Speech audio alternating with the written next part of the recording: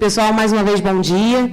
Eu gostaria de chamar para compor a próxima mesa, a despeito de direito das mulheres no esporte, doutora Sara Hakim, doutor Douglas Alencar Rodrigues, doutora Ivani Bramante, doutora Ana Paula Lockman e a presidente da SBDD, doutora Flávia Zanini.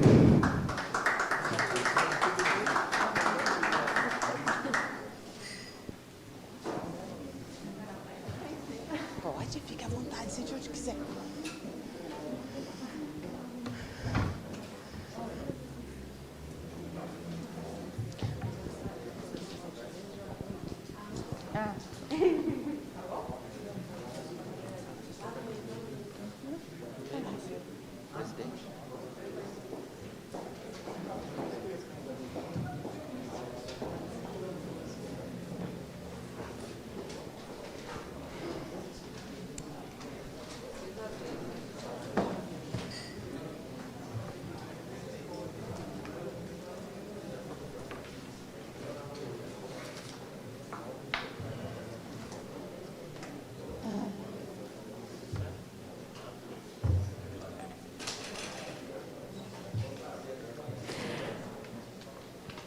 Dando início ao nosso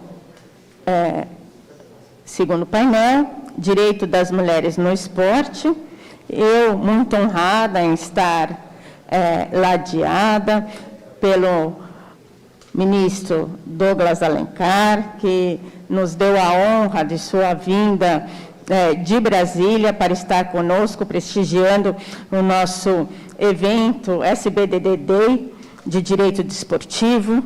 Também aqui comigo a nossa desembargadora do Tribunal Regional da 15ª Região, doutora Ana Paula Lockman, sempre uma parceira nesse tema e nesta área, com seus conteúdos de excelência. Aqui, ao meu lado esquerdo, a desembargadora Ivani Bramante, também professora da área e que coordenou a primeira pós-graduação de Direito Desportivo do Estado de São Paulo, e a nossa presidente, Flávia Zanini.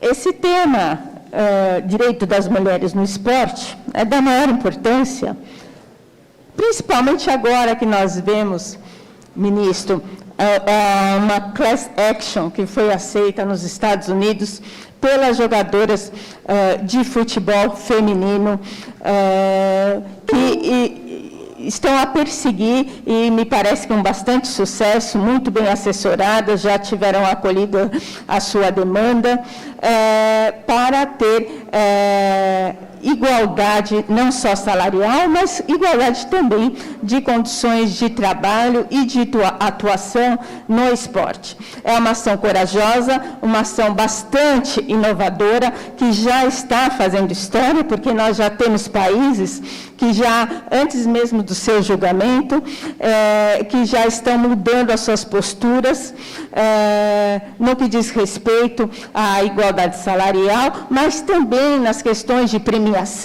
nas questões de equipe técnica, nas questões de possibilidades de bons atendimentos médicos e até das condições de campo. Então, é um tema bastante complexo, determinante, porque o potencial dos esportes femininos é realmente muito grande, muito rico, e temos que ter uma atenção para essas questões. Então, vou passar a palavra, inicialmente, para a nossa desembargadora Ivani Bramante, que vai falar justamente da questão das atletas e maternidade, um tema da maior importância e que causa impactos bastante significativos na atuação desportiva e nos contratos. Por favor, professora.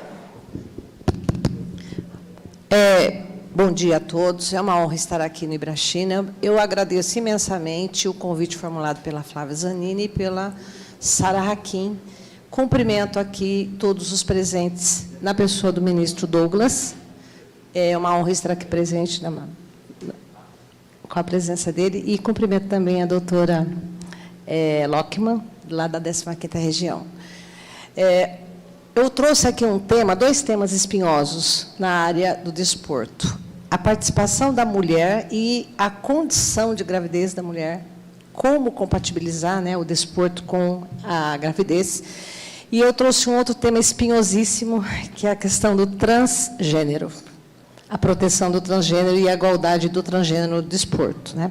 Eu fiz um levantamento histórico e verifiquei aqui que a primeira mulher, né, que participou de Jogos Olímpicos foi em 1896, na Olimpíadas de Atenas, a corredora grega Stamati Revic.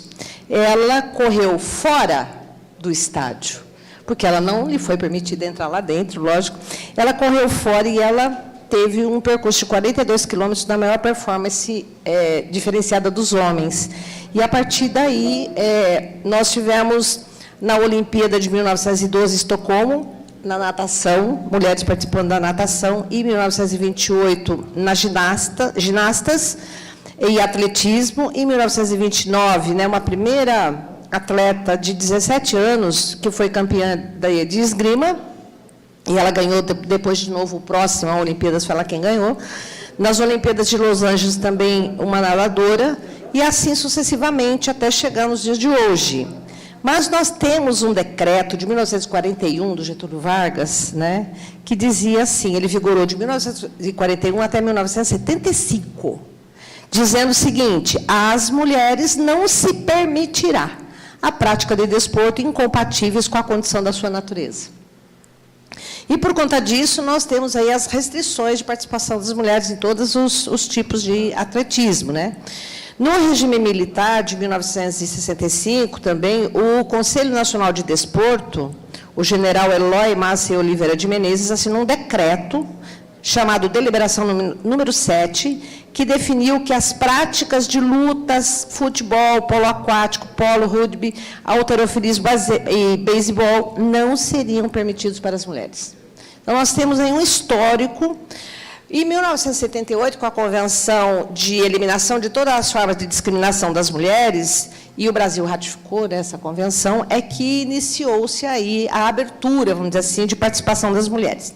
Mas essas barreiras, existem milhares de barreiras visíveis e invisíveis. Dentre elas, cargos de gestão e administração, poucas ocupam, na área do desporto, né, esses cargos de administração e gestão. A doutora Flávia Zanini aqui é uma vencedora, porque ela ocupa aí, alguns cargos que ainda não eram reservados às mulheres. E poucas sobem ao pódio nessa área, né? Então, gradualmente, nós temos aí a inserção da mulher no desporto. Mas eu quero falar da gravidez, da proteção da maternidade. Existem inúmeros aspectos contratuais que ainda há discriminação da mulher. A salarial foi uma que foi levantada aqui para a doutora Sara, né? A questão de benefícios, planos de saúde, e nós temos uma questão muito grave, que o contrato de trabalho no desporto ele é um contrato de trabalho temporário. E não há previsão de estabilidade de gestante no contrato temporário. Nós tivemos aí, inicialmente, uma interpretação do artigo 10, inciso 2 do ato da disposição constitucional transitória que traz a proteção da maternidade e a estabilidade da gestante. Nós tivemos uma primeira leitura de que todas as mulheres estariam protegidas pela estabilidade da gestante. Mas, no decorrer, né, a jurisprudência foi assentando que não há estabilidade da gestante no contrato a prazo. E aqui nós temos, inclusive, uma súmula do TST nesse sentido. E nós temos o problema, então, da gestante atleta, porque todo contrato do atleta é contrato a prazo, né? Nós não temos o contrato por prazo indeterminado. E nós temos aqui também uma alteração na lei do Estatuto do Torcedor, a Lei 10.671, né, que tentou aí incluir, tem um PL, um projeto de lei, a 549/19, que tenta incluir aí a licença maternidade obrigatória de 14 semanas, assegurado a pelo menos 2/3 do salário para a gestante, e que a gestante não pode sofrer qualquer discriminação em relação à sua equipe, né, e ainda o direito a todo o tratamento médico e tudo mais. Eu trouxe uma listagem de, pelo menos por amostragem, 30 atletas que praticaram atletismo estando grávida, né? Então, eu trouxe aqui uma lista. Na atleta tcheca de 24 anos, né, ela conquistou uma medalha de ouro no tiro. Nós temos o vôlei, em 2012, em Londres. Também a jogadora jogou com 5 semanas de gravidez. A competidora Tigresa do Gelo, né, participou das Olimpíadas de Vancouver, também grávida. São várias as atletas que participaram grávida e, ultimamente, uma corredora, no 8º mês de gravidez. Porque não há realmente a proteção para a maternidade como nós imaginamos. E eu quero trazer aqui a novidade que a reforma trabalhista, a Lei 13.467 de 2017, trouxe o salário maternidade e risco ambiental no artigo 394 da CLT. O que significa que toda mulher, desde a concepção até o parto, que esteja em contato com agentes agressivos, químicos, físicos, biológicos ou associação de agentes no ambiente de trabalho, deva ser afastado do ambiente de trabalho. E ela pode, e a lei, né, o artigo 394 da CLT, remete ao artigo 71 da Lei Previdenciária, dizendo que a mulher pode ficar afastada em salário maternidade. Então, nós temos 2 tipos de salário maternidade hoje. Nós temos o salário maternidade constitucional, que está na Constituição, no artigo 7º, inciso 18, que é para o parto, né, logo após o parto, de 120 dias, mas agora nós temos um salário maternidade desde a concepção até o parto, que é um salário maternidade legal, que está na lei. Então, são 2 tipos, o legal e o constitucional.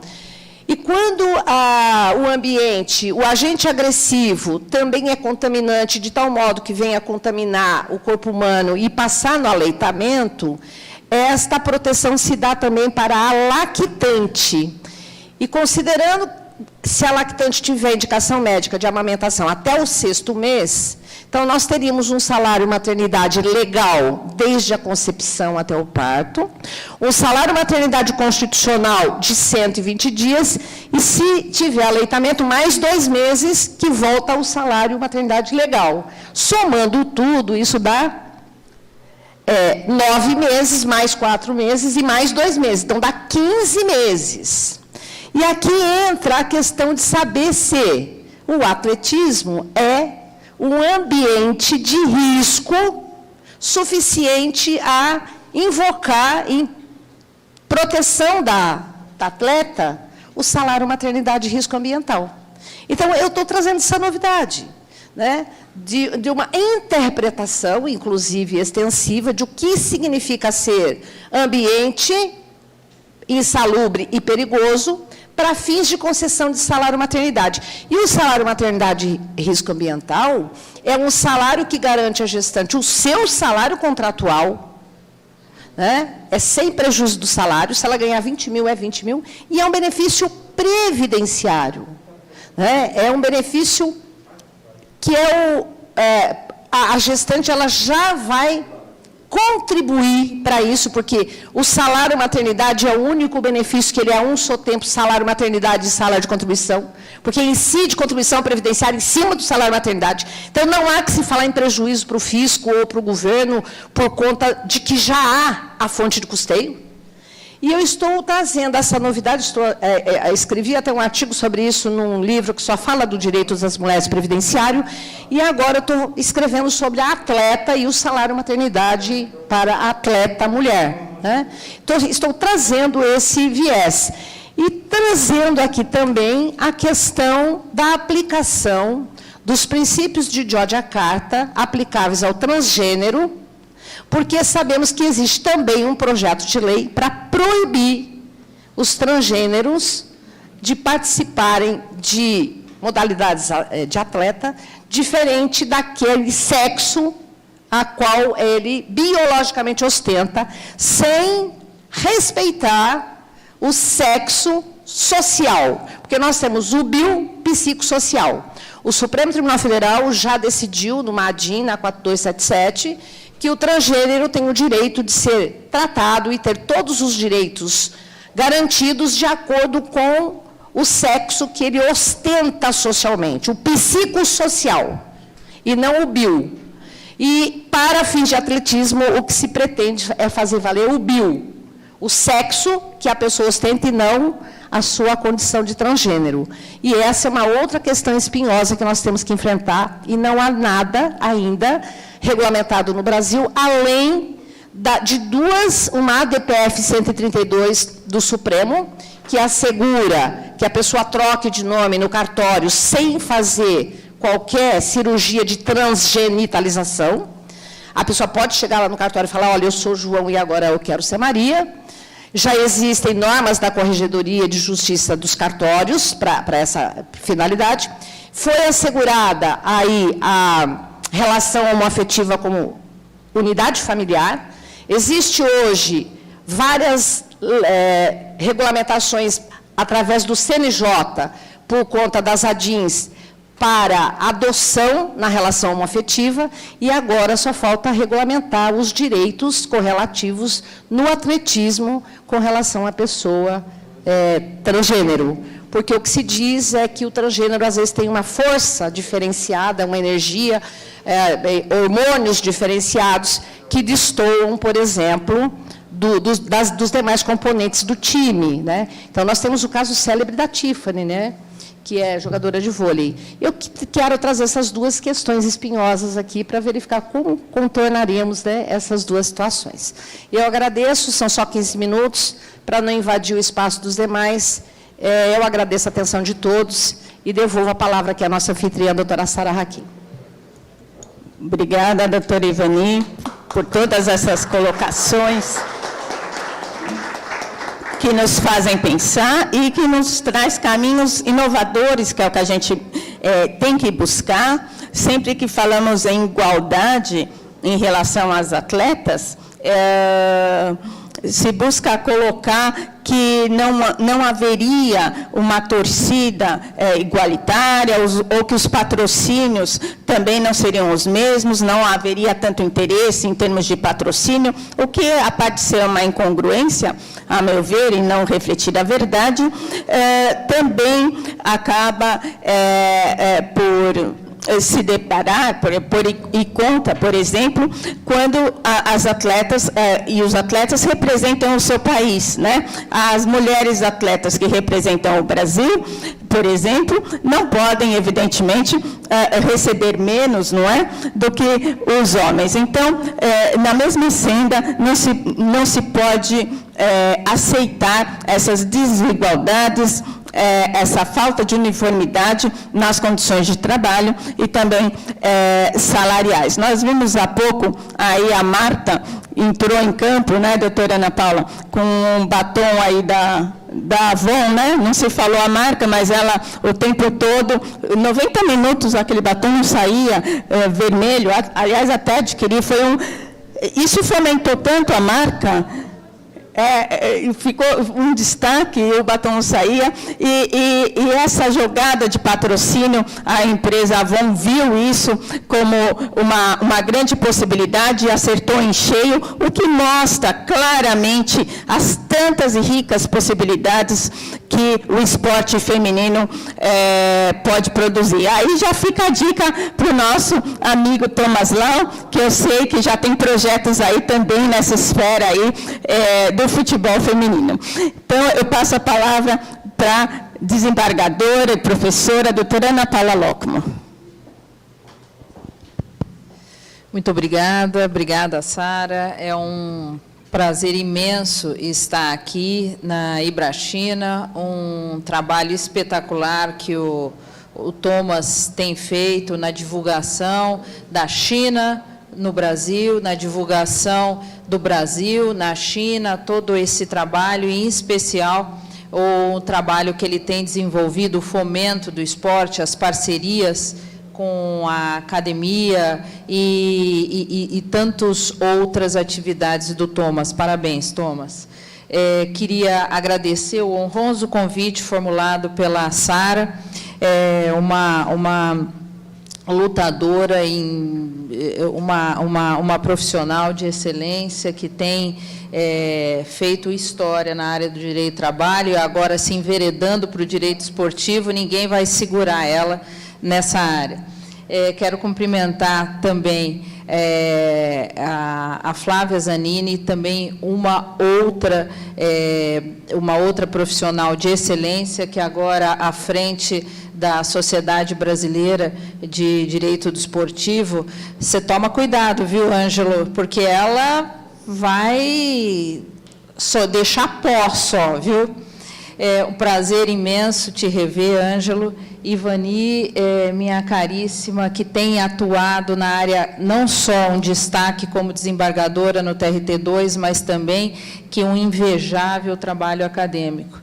E o nosso querido ministro, querido de todos, ministro Douglas Alencar Rodrigues, que eu disse há pouco, com uma cultura jurídica invejável, uma sensibilidade social a toda a prova.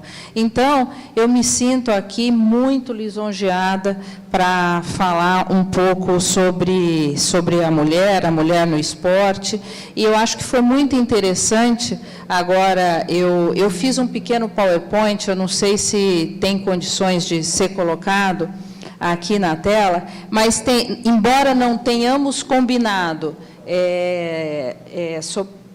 sobre o que cada um ia falar, me parece que tem tudo a ver o que eu vou falar em cima do que já a Ivani e a Sara comentaram.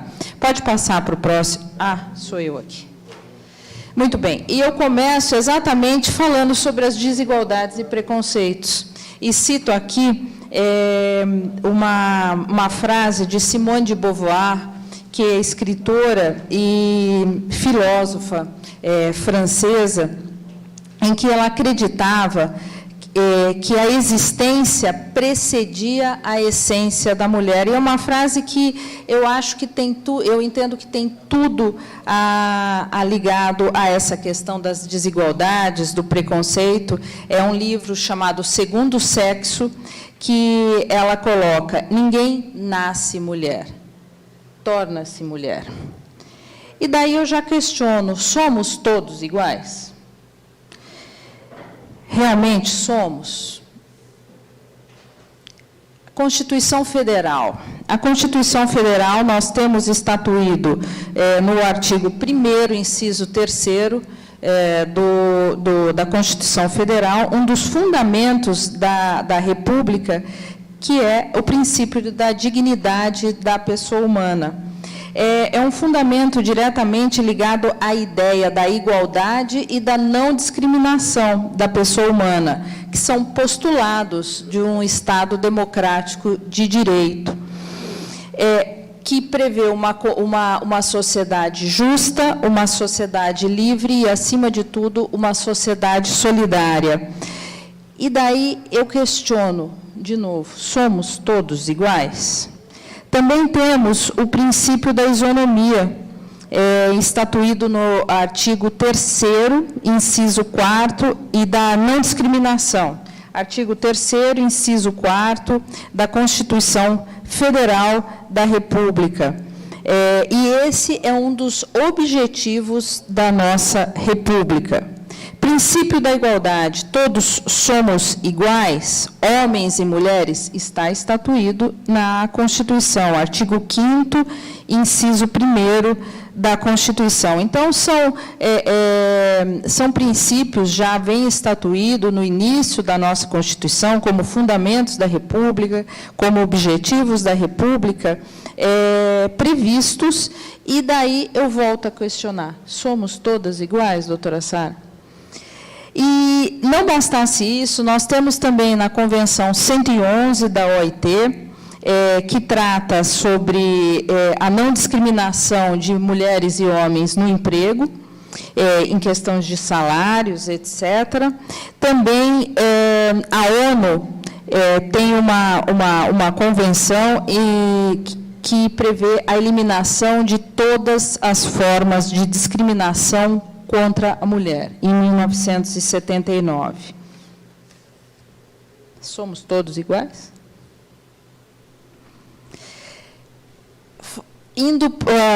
passeando um pouco mais na Lei Pelé, a Lei 9.615 de 98.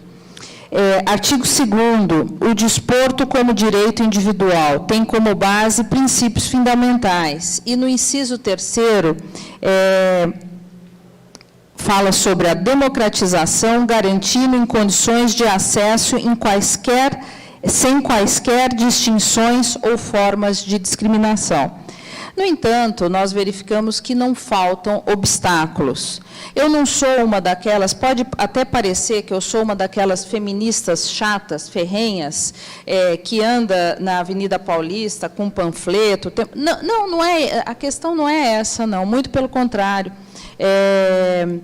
E eu entendo tudo, mas eu creio que muitas das questões precisam ser debatidas de uma forma séria, de uma forma reflexiva, para que nós possamos, efetivamente, não ter um distanciamento tão evidenciado como nós vemos, inclusive hoje, numa sociedade que nós vivemos. E daí, eu achei muito interessante a colocação que a doutora Ivani colocou, que eu também trago aqui. As mulheres, nos Jogos Olímpicos de Atenas, tanto é que ela correu por fora, elas eram proibidas de assistir à competição e de participar de qualquer modalidade.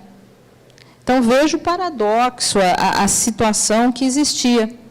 No Brasil, entre 41 e 79, havia proibição da prática de esportes de força. Porque o que se entendia? Que o esporte masculinizaria muito a mulher.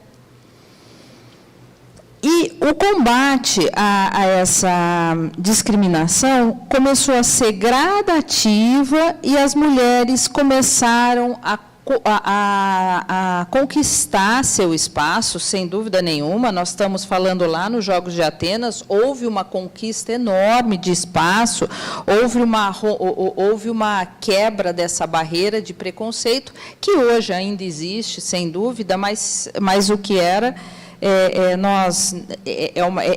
muito diferente. Eu não estou conseguindo enxergar ali, ainda bem que eu trouxe uma cola aqui. Jogos Olímpicos, e daí eu queria trazer rapidamente, depois eu posso deixar o PowerPoint, os Jogos Olímpicos Eu posso falar de pé? Fica mais fácil. Nos Jogos Olímpicos de Barcelona, e isso eu trago uma rápida tabela para vocês, em 92, nós tínhamos 25% só de mulheres atletas brasileiras, né? Já em 96, passou-se a 29,30%. E aqui foi onde nós começamos a conquistar as medalhas. 4 medalhas, e aqui entra muito uma atuação do vôlei de praia e do vôlei feminino. Vôlei de praia, que infelizmente esse ano nós não conseguimos nenhuma medalha, sempre foi tradição. Em Sydney, aumentou o percentual, também 4 medalhas conquistadas. Em Atenas, 50%, aumentou um pouquinho o percentual, caímos para 2 medalhas conquistadas. Em 2008, também tudo ficou gerando em torno de 50%, mas nós começamos a melhorar o nosso ranqueamento em medalhas. 6 medalhas conquistadas, em 2012 também. No Rio, caímos o percentual para 46%, tivemos um decréscimo de 1 medalha, e os Jogos Olímpicos de 2021, continuamos com em torno de 46%, e foi o melhor desempenho da nossa história, com 9 medalhas das 21 que conquistamos. E aqui a gente traz as nossas medalhistas. Rebeca Andrade, que nem a gente precisa dizer o show que ela deu. Tá certo que nós tivemos aí a desistência, nós não podemos deixar de falar a desistência da atleta americana, Simone Biles, mas estamos aqui com duas atletas, duas medalhas, perdão, da Rebeca Andrade. Nossas medalhistas de águas do remo, não, agora me fugiu o nome, da vela, perdão, que toda a família Grael, sempre foi muito medalhista, e estamos aqui com as duas meninas. Também na água, a Ana Marcela, de Mares Abertos, se não me falha a memória, Mares Abertos. A nossa Beatriz Ferreira, de judô. Boxe, judô está chegando. É a Mayra, do boxe.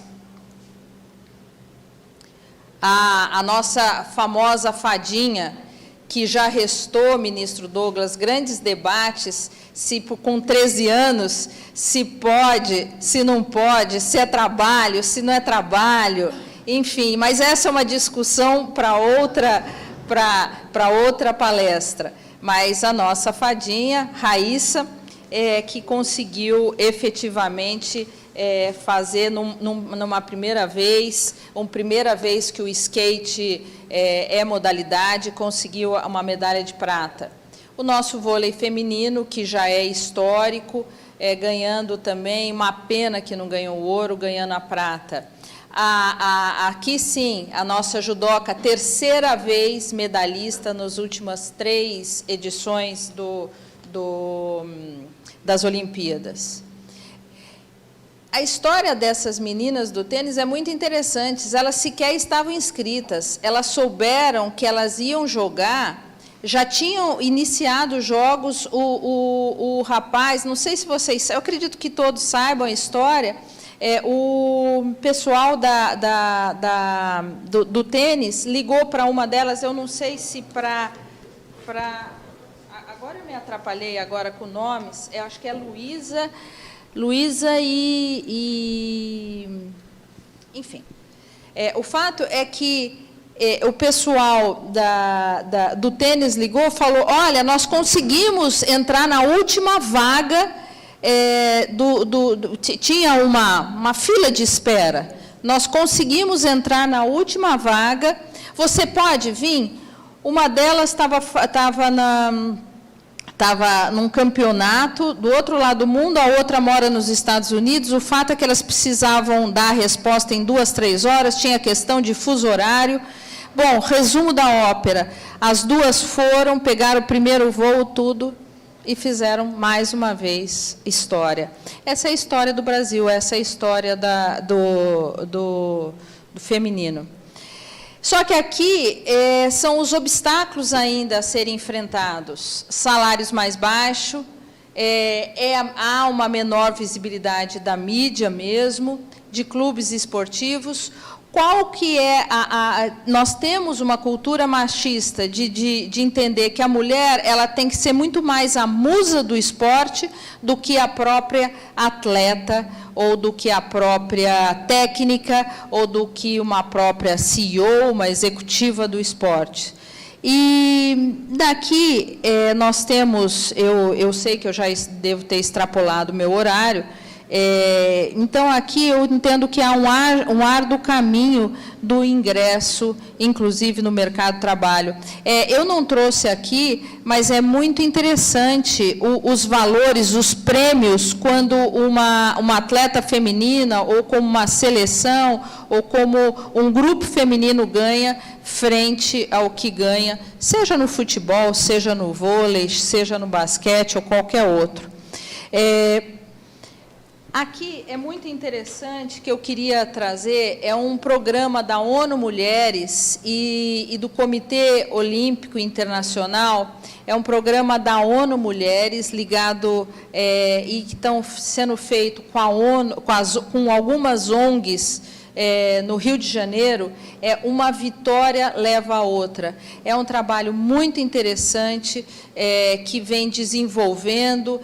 Eu não gosto muito dessa palavra do empoderamento, mas eles trazem, a proposta é trazer para as mulheres, através do esporte, o empoderamento, o destaque da sua condição, não só como mulher, mas como profissional do esporte, ou como que seja amador, mas que seja um destaque da mulher no esporte.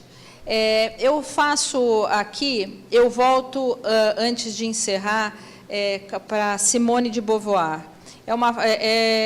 Quando ela coloca assim, sobre que nada nos limite, que nada nos sujeite, que a liberdade seja a nossa própria substância. Eu entendo que há um caminho muito grande a ser percorrido, mas a força da mulher, o trabalho atuante da mulher, a garra da mulher, faz com que isso esteja sendo a cada dia mais superado.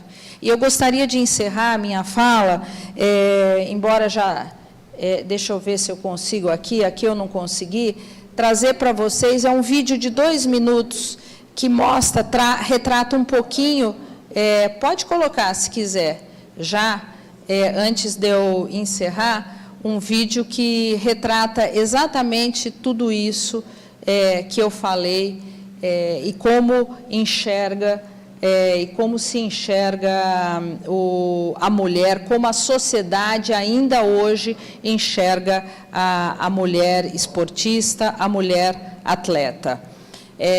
Vocês conseguem?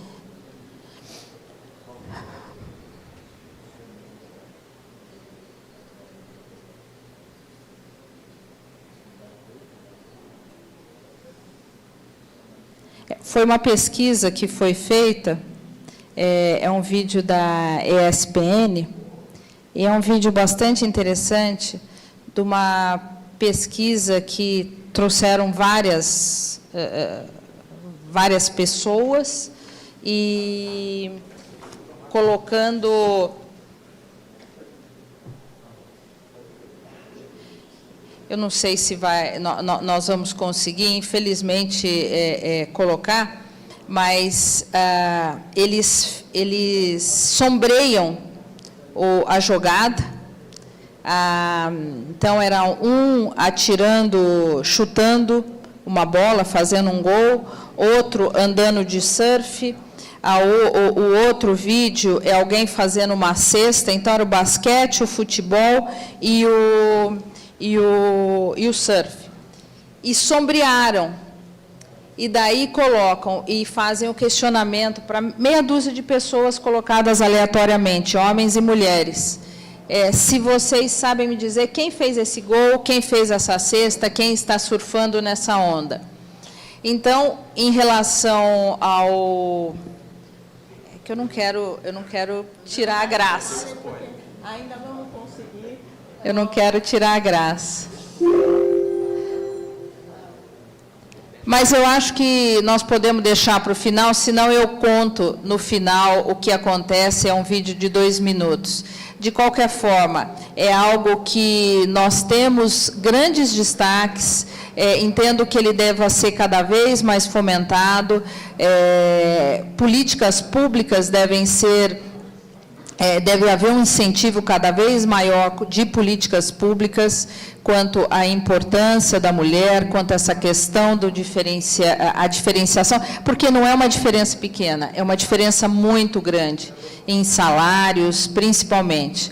E que seja feito o fomento, a Ivani falou aqui da Marta. A Marta foi 6 vezes pela FIFA a melhor jogadora do mundo. E muito embora ainda o futebol feminino seja mais destacado, mas há muito a ser percorrido. Então, são essas a rápida contribuição que eu queria trazer para todos vocês, esperando que a gente possa, quem sabe, em outro momento, refletir e debater mais. E se eles não conseguirem passar o vídeo, eu conto no final o resto. Muito obrigada.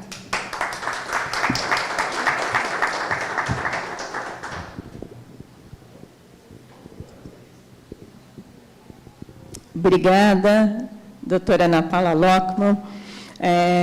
Inclusive, que fez uma colocação interessante sobre o que se espera das atletas mulheres e que se espera que sejam musas.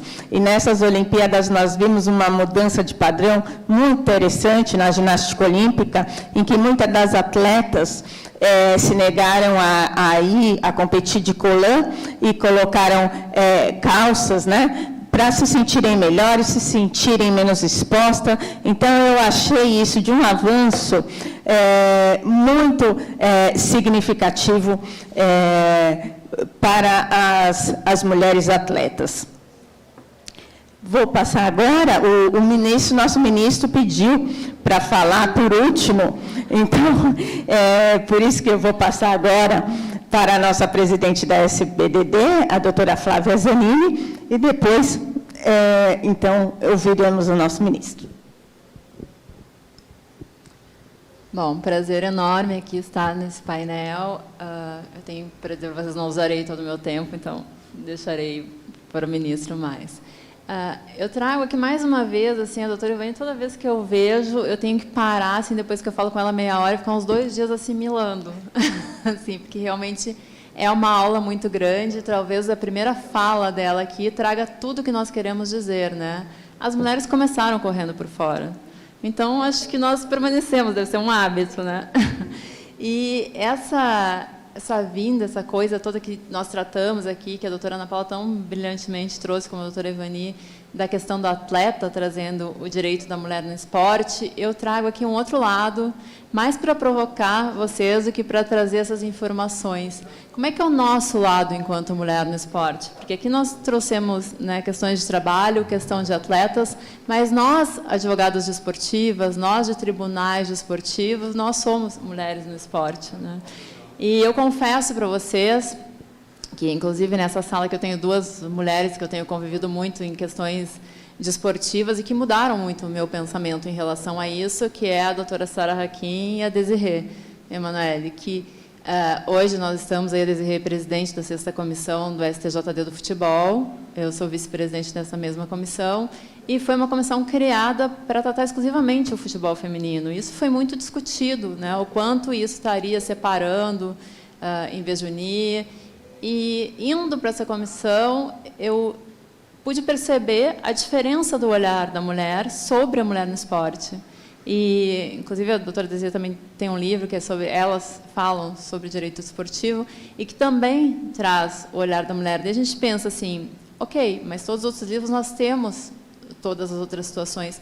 Mas o olhar nosso, quando é sobre, exclusivamente, por exemplo, essa mesa, quando a Sara trouxe o tema, né, que foi ela que trouxe esse título, eu pensei, e falávamos aqui antes também, a doutora Ivani, sobre a questão da gravidez, a questão das atletas. Eu também já tive a oportunidade de estar com a Tiffany em algumas situações, discutindo ser ou não ser mulher. É uma coisa muito complicada, né? Nós não vemos homens passando por isso. E a justificativa normalmente vem nessa questão salarial, né? O homem, tipo, que mulher vai querer, né, ser homem para não conseguir competir? O homem sendo mulher teriam vantagens. Uma pessoa passar por todo um processo não é uma vantagem, é uma situação muito difícil, inclusive, porque quando a gente trata um pouco sobre doping também, quando a gente tem questões hormonais, a pessoa perde a sua força, ela tem um recomeço, ela tem uma reestruturação. Então, a mulher passa por essas situações. Várias atletas, quem atende aqui é atleta do feminino, as meninas normalmente têm o primeiro ciclo menstrual muito tarde, em função dos exercícios. Muitas tomam pílula contínua por questão de competição. Então, até mesmo na questão da gravidez, tem, às vezes, problemas, dificuldades, por todo esse processo para conseguir não parar, para conseguir não ter dor, para conseguir... Então, a mulher faz toda uma adaptação para acontecer o que aconteceria normalmente, né, no ciclo masculino, que seria ela não ter esses problemas femininos. Então, nós, assim, como advogadas do meio, também passamos por problemas das mulheres no esporte, né? Nós temos essa questão, eu quando assumi a SBDD, a primeira coisa, assim, nós estávamos num grupo de WhatsApp e um advogado que até acho que está assistindo, Gustavo Souza, falou: nossa, você vai ser a primeira mulher presidente de instituição, né? Não sei se da América, mas no Brasil não teve. E eu pensei, nossa, não tinha sentido esse peso. Existe um peso? E não existe porque nós nos cercamos de nós mesmas, né? Eu tive a oportunidade de estar aí com a Juliana, estar com a Roberta, que também é minha vice-presidente, estar com a Sara, que tanto nos ensina. E vou encerrar aqui a minha fala para passar para o ministro Douglas, dizendo que, quando eu conheci a doutora Ivani, ela me ensinou uma frase que realmente eu acho que todas as mulheres e todas as pessoas deveriam usar na sua vida. Eu uso no singular para ela, mas ela usa no plural porque ela é generosa, né? E ela diz assim: uns querem, outros podem, nós queremos e podemos. Então, eu acho que o acreditar realmente é o que está fazendo a mudança em todo mundo. E passo.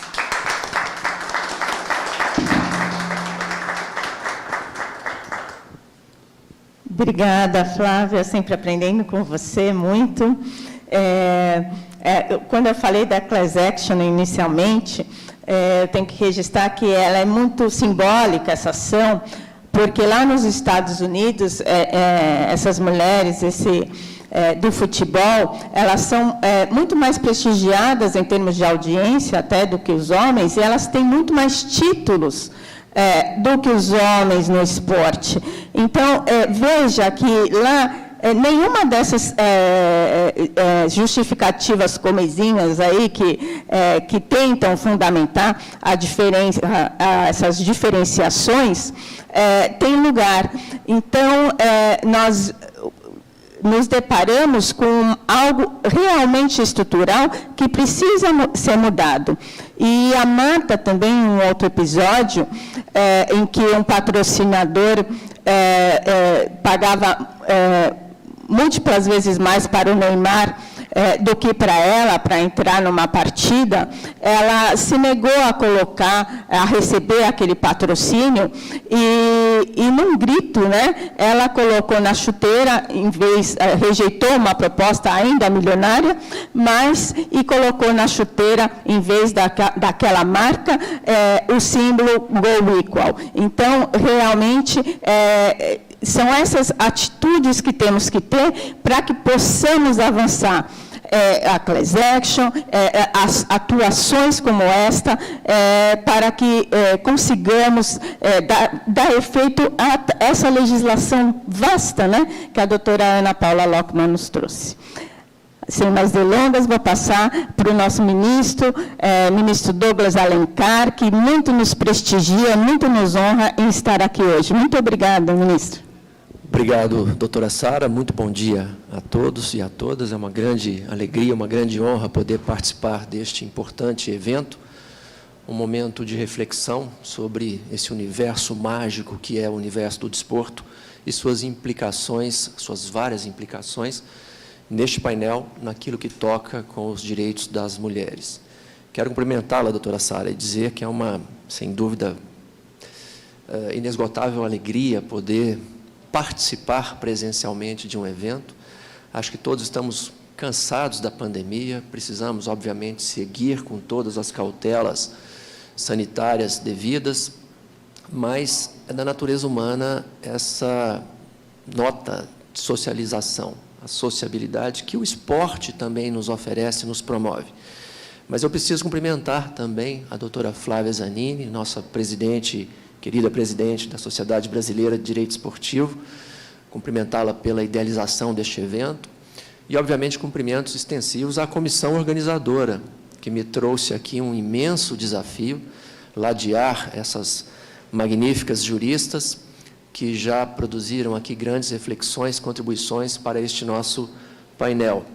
Desembargadora Ivani, sempre muito propositiva, tocando em temas delicados também, temas difíceis, a exemplo daqueles que foram aqui referidos, a defesa da maternidade da atleta desportiva e o problema complexo dos transgêneros no desporte.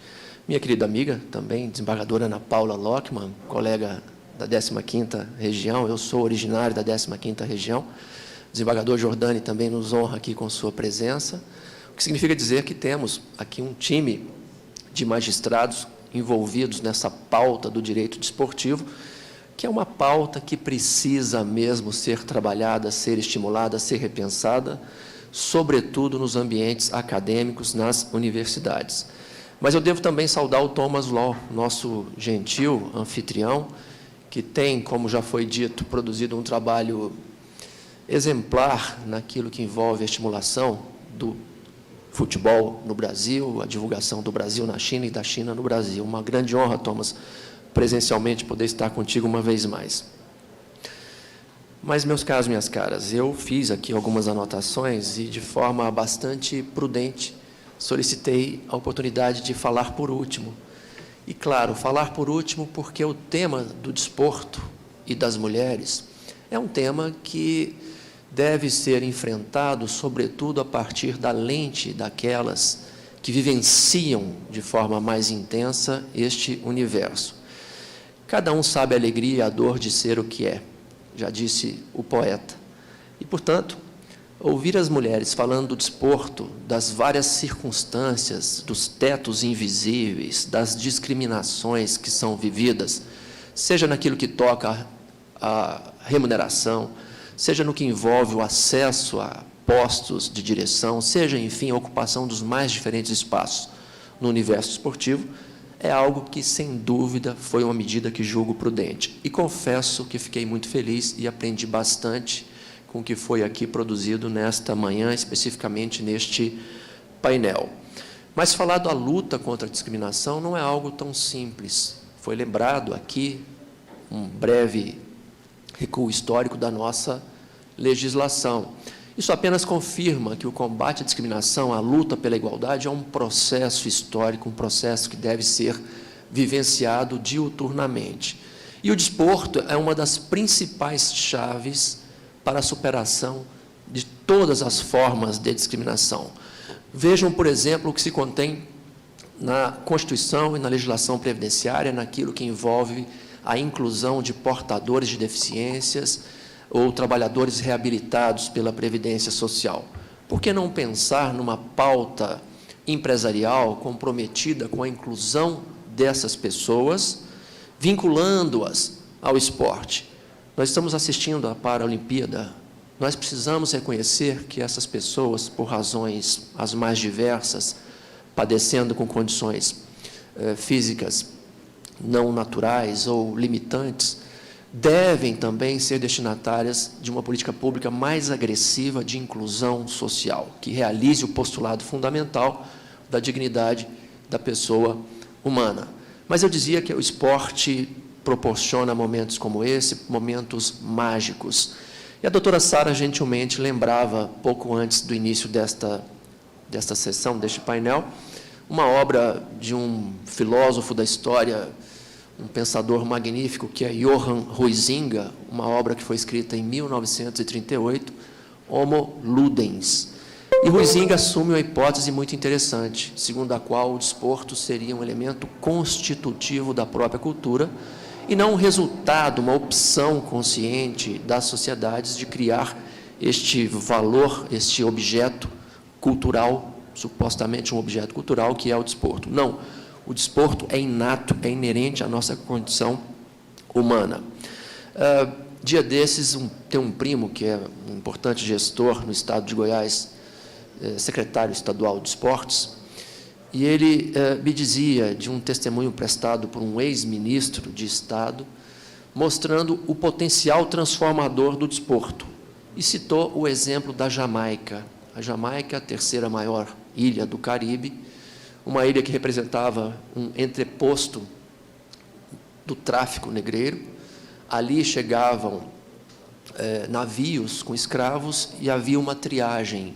Aqueles que estavam em boas condições físicas eram levados aos Estados Unidos e os demais ali permaneciam. Então, uma nação pobre, uma nação com pessoas excluídas, tradicionalmente matizadas, e que começaram a experimentar uma transformação, uma visibilidade mundial a partir de quem? Qual era o personagem? Bob Marley. né, que usava lá um dread, cantor de reggae, e que fumava muita maconha. Era a referência da Jamaica, a maconha e o reggae. Durante muitos anos, aquilo foi o símbolo do sucesso naquele país caribenho, e chegou-se um momento em que 78% dos jovens com até 14 anos de idade fumavam maconha. Até que um gênio teve uma sacada fantástica e impôs em todas as escolas a realização anual de Olimpíadas, corrida e salto. Toda a escola, todas as faixas etárias, do pré-primário a todos os graus, deveriam, uma vez por ano, participar de uma Olimpíada. E aquilo promoveu uma transformação sem precedentes na história da Jamaica. Surge quem? Usain Bolt. Um fenômeno, um velocista insuperável, que tem um nome registrado na história com letras de ouro. E hoje a Jamaica é um celeiro de grandes desportistas. Isso apenas confirma jovens de 14 anos, que antes eram 78%, hoje está ali em 14%. Isso apenas confirma a força transformadora do desporto, inclusive naquilo que envolve o combate, sobretudo naquilo que envolve o combate à discriminação. É importante lembrar esses múltiplos significados do desporto: sociabilidade, igualdade, respeito às regras, respeito aos adversários, noções de solidariedade, trabalho em equipe e, sobretudo, inclusão social. Mas, se é verdade, olhando para o passado, lá da Grécia, quando as mulheres sequer poderiam assistir às competições e hoje estão aí brilhando, né? Se é verdade que há, sem dúvida, grandes avanços nesse percurso histórico, não menos é verdade que ainda há muito a se fazer. E nós, como podemos perceber, temos pressa. E precisamos, então, avançar discutindo em eventos como esse medidas que possam contribuir para a superação da discriminação e para a ampliação da inclusão das mulheres no desporto. Por exemplo, o Profut precisa ser muito celebrado. A obrigação de manutenção de categorias femininas para que as agremiações desportivas possam disputar as competições da CBF, da Conmebol, é algo que precisa ser celebrado e pensado numa perspectiva de ampliação para as demais modalidades desportivas. É preciso verdadeiramente encarar de frente esse problema e constituir políticas que sigam nessa mesma direção. O Profut é uma resposta importante, está promovendo, ainda que em níveis não desejados, mas já está transformando positivamente esse cenário de exclusão das mulheres do campo, da arena do futebol.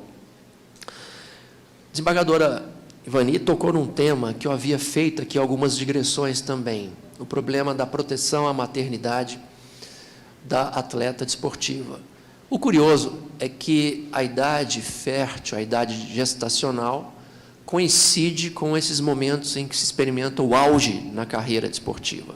E eu, enfim, havia aqui feito, mas não teria o brilho nem a competência para pontuar como fez com tanta maestria a desembargadora Ivani, mas gostaria de dizer que esse dilema que muitas mulheres hoje enfrentam entre a carreira e a maternidade deve ser tratado como um falso dilema. A desembargadora Ana Paula mostrou, nós temos um arsenal normativo constitucional importantíssimo. Nós vivemos um momento em que os princípios são fontes normativas diretas. É possível construir-se, sim, a partir dos princípios, no julgamento de processos, de ações judiciais.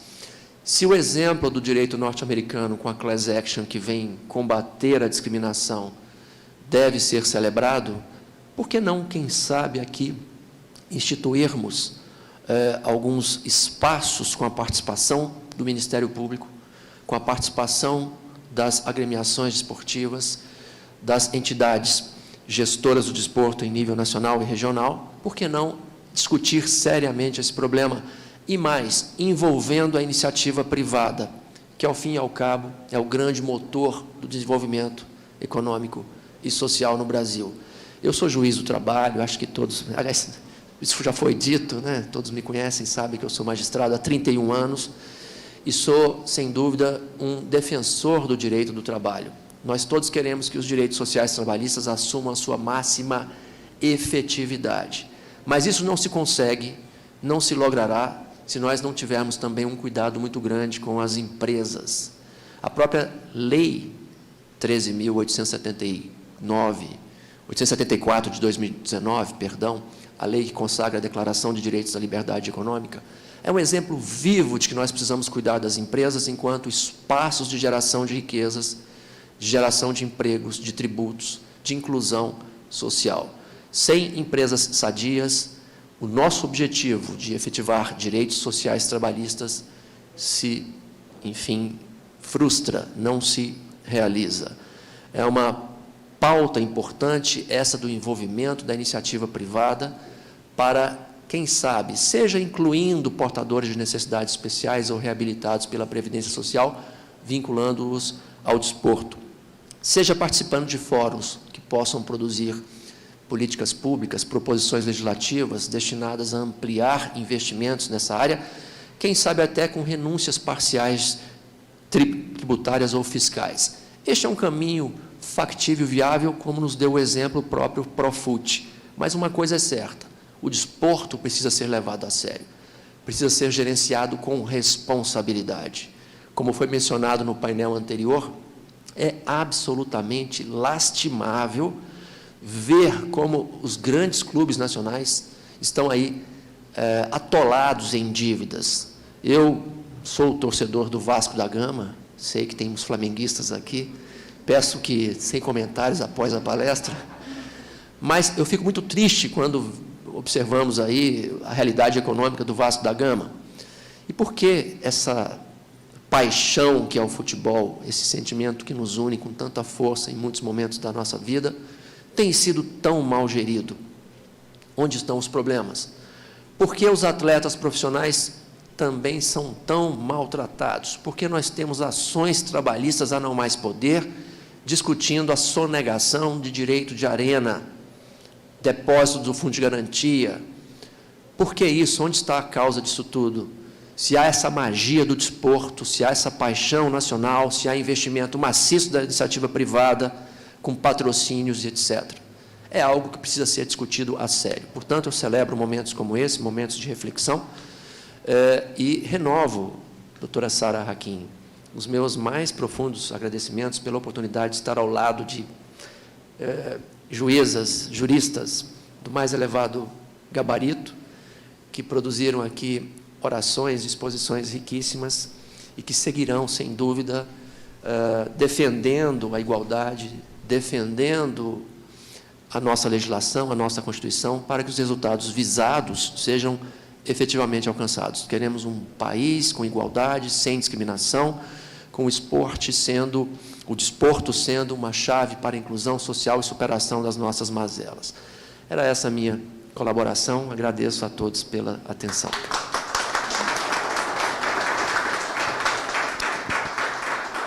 Muito obrigada, ministro, por emprestar a sua voz. Não foi à toa, não foi por acaso que fizemos questão que o senhor estivesse justamente neste painel. Isso, para nós, é muito significativo, a presença do ministro Douglas Alencar, que todos sabemos um protetor dos direitos sociais, das igualdades, do direito do trabalho, estivesse aqui conosco, com outras mulheres, com juristas, com advogadas, com desembargadoras, com juízas, ao nosso lado. Isso foi pensado e o senhor, quando o senhor aceitou esse convite, sem qualquer questionamento de estar nesse painel, isso foi muito significativo também. Então, o senhor nos empresta hoje a sua voz, e eu quero muito agradecer a sua vinda, também ao Tribunal Superior do Trabalho, pela sua presença na data de hoje, a sua esposa, que aqui está, também advogada, colega, e que vem junto nessa caminhada. Muito obrigada mesmo. E pergunto se podemos passar o vídeo da nossa desembargadora Ana Paula.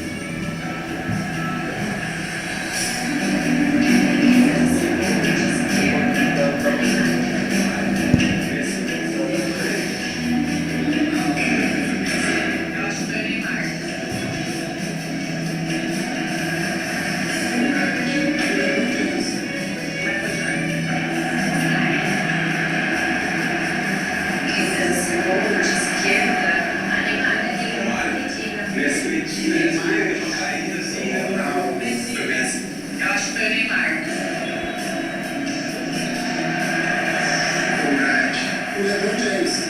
Michael Jordan. Oscar.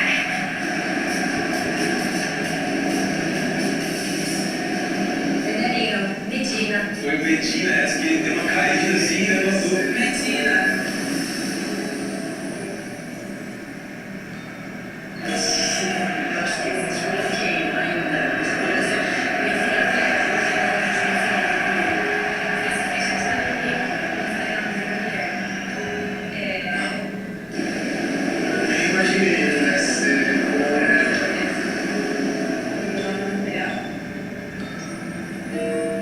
Eu acho que existe um bloqueio ainda. Quando você pensa em atleta, você normalmente pensa em homem primeiro. Foi isso que fiquei chateada comigo. Não falei o nome de uma mulher.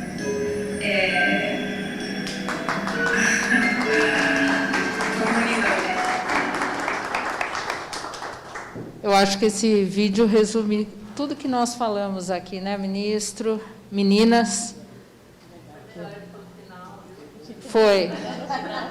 A gente combinou que não ia funcionar na hora para ser o grande final. Mas é isso aí. Muito obrigada. Encerramos agora esse painel. Vamos ter agora, com aqueles que estão aqui presencialmente, vamos desfrutar de um almoço, sempre observando todas as medidas foram observadas, preventivas, protetivas. Um agradecimento especial à equipe da Ibrachina, que esteve aqui durante todas as noites, até meia-noite, Luciano, Júlia, todos, Felipe, todos que estiveram aqui, nos ajudando aqui nessa empreitada, e também a equipe da Smart, que Rafael e todos que também passaram noites aqui para viabilizar o evento. Então, daqui a pouquinho nós retomamos, logo após esse intervalo de almoço. Obrigada.